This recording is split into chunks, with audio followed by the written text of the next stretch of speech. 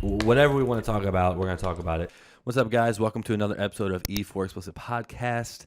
I'm Corey, and this is Antony Davies, a professor, and I will let you kind of tell me your background. I'm Associate Professor of Economics at Duquesne University and the Milton Friedman Distinguished Scholar at the Foundation for Economic Education.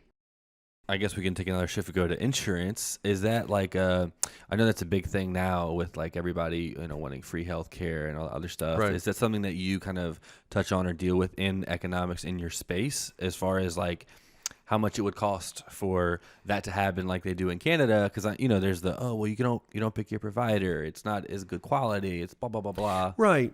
Yeah. And one of the things we have to keep in mind here is to step away from all of the details and look at the big picture. And the big picture is you can have a private system where you're paying for your health care and you're paying for the insurance infrastructure that makes these things possible. Mm-hmm. Or you can have a government system in which you're paying for your health care, plus you're paying for the government bureaucracy required to manage the thing. And of the two, the government bureaucracy is by far more expensive. So there's no way, absolutely no way, the government can manage a healthcare system and have it and do so at a lower cost than the private sector can. Now, what the government can do is hide the cost. And it hides the cost by doing things like, and you find this in Canada, when you walk into a hospital, it doesn't cost you much. And people point to that and say, see, this is low cost healthcare. Yeah, except you're missing the fact that the Canadian tax rate is, whatever it is, almost twice as much as it is in the U.S. Uh-huh. So they're actually prepaying for their healthcare. You're not seeing it when you walk in the door because it was taken out of your paycheck over the previous 5 years. The other thing that happens is in systems like this, you start to get a problem of not enough healthcare being provided. And so that comes out in the wash as wait times. So I want to get, an MRI done and there's a 6-month wait or a 3-month wait or whatever it is. Whereas in the US, I can schedule it and be in the next week. Yeah.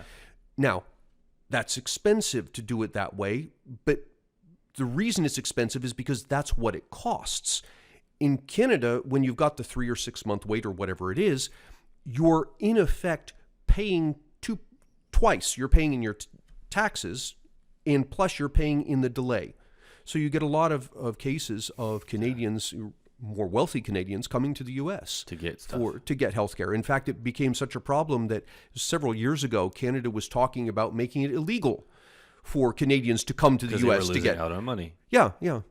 Interesting. Yeah, because you always hear like the opposite of that. Oh, it's free health care. You walk in, but no, I was thinking, I've always thought, there's no way that nothing is ever free. Right. Nothing is truly free. If you're paying twice the amount of taxes, you're 100% paying for it. So right. You're just hiding how you're paying for it. Yeah. Awesome. Interesting. Because that changes a lot of I know me, so I have a pre-existing heart condition. I've had 3 open heart surgeries. Until Obamacare, I was practically uninsurable with most jobs. Yeah. Otherwise, I'd have to wait 18 months or whatever it was to get a plan. Ever since that took in effect, I was able to, I could start day one, I could be insured. Yes. Which was a game changer for me because I have to go to Children's Hospital every year because I'm kind of a guinea pig. They don't know what happens to anyone older than me that's had my procedure. So I had to have good insurance. And so I was free insurance would be awesome. But now that you say that, it's